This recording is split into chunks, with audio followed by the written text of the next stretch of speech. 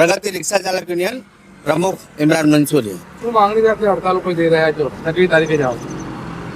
માંગણી એવી છે કે સતત છેલ્લા 7 મહિનાથી 12 રૂપિયા અને 25 પૈસાનો સીએનજી ગેસમાં વધારો થયો છે। એમાં પણ 1 ઓગસ્ટે રાતોરાત રાત્રે 1 વાગ્યે 4 રૂપિયાનો સીએનજી ભાવમાં વધારો થયો છે। એના કારણે અમે હડતાલ પર જઈ રહ્યા છીએ। 5 ઓગસ્ટ 2026, 6 ઓગસ્ટ 2026ના રોજ પ્રગતિ રિક્ષા યુનિયન દ્વારા હડતાલની જાહેરાત કરેલ છે। અમારી માંગ એવી છે, આપણા મીડિયા દ્વારા અગાઉ પણ અમે 1.5 મહિના પહેલાં એક જાહેરાત આપી હતી કે ભાઈ અમે હડતાલ પર ઉતરીશું। એ વખતે અમે ટ્રાન્સફર કમિશનરે અમને બોલાવેલા અને આશ્વાસન આપેલું કે ટૂંક જ સમયમાં 15 કે 20 દિવસની અંદર તમારું ભાડું અમે વધારી દઈશું।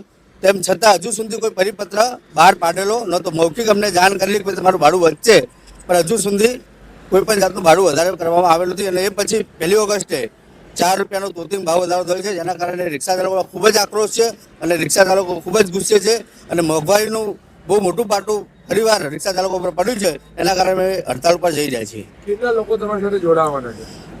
અમદાવાદ શહેર અને ગાંધીનગર શહેરના તમામ રિક્ષા ચાલક મિત્રોને અમારી સાથે જોડાશે અને તમામને આનાથી તકલીફ છે, કારણ કે મોંઘવારી બહુ જ વધી રહી છે, જેના કારણે રિક્ષા ચાલકોને પૂરતું ભાડું મળતું નથી।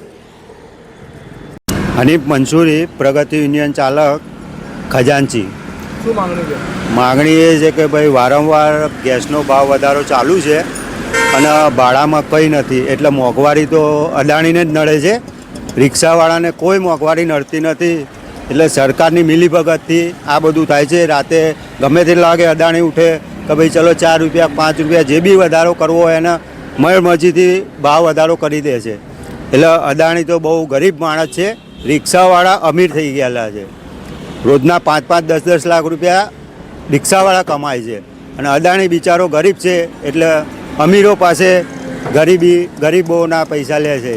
કઈ તારીખે હડતાલ ઉપર જાઓ? 5 અને 6 2 દિવસ અમે હડતાલ આપેલી છે અમારા યુનિયન તરફથી। બીજી જો હડતાલમાં કોઈ નિવેડો નહીં આવે તો ફરી બીજું મોટો અમે ટાર્ગેટ કરવાના છે, જે દિલ્હીમાં ચાલી રહ્યું છે એ રીતે થવાનું છે।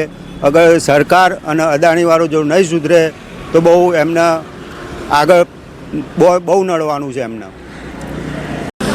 ઇમરજન્સી સેવામાં કેવું છે કે હોસ્પિટલ હોય કે 108 છે કે એવું કંઈ હોય એને છૂટ આપેલી છે। અને બીજું કે સ્કૂલ વર્દી હોય, જેમ કે સ્કૂલના બાળકોને લઈ જતા લાવતા એમની વર્દી હોય એમને આપણે છૂટ આપેલી છે। બાકી જે રિક્ષા ચાલકો છે અમારી સાથે સંપૂર્ણપણે જોડાયેલા છે। જો તમારી માંગણીઓ પૂરી કરવામાં નહીં આવે તો આગળ કેવું આંદોલન થશે?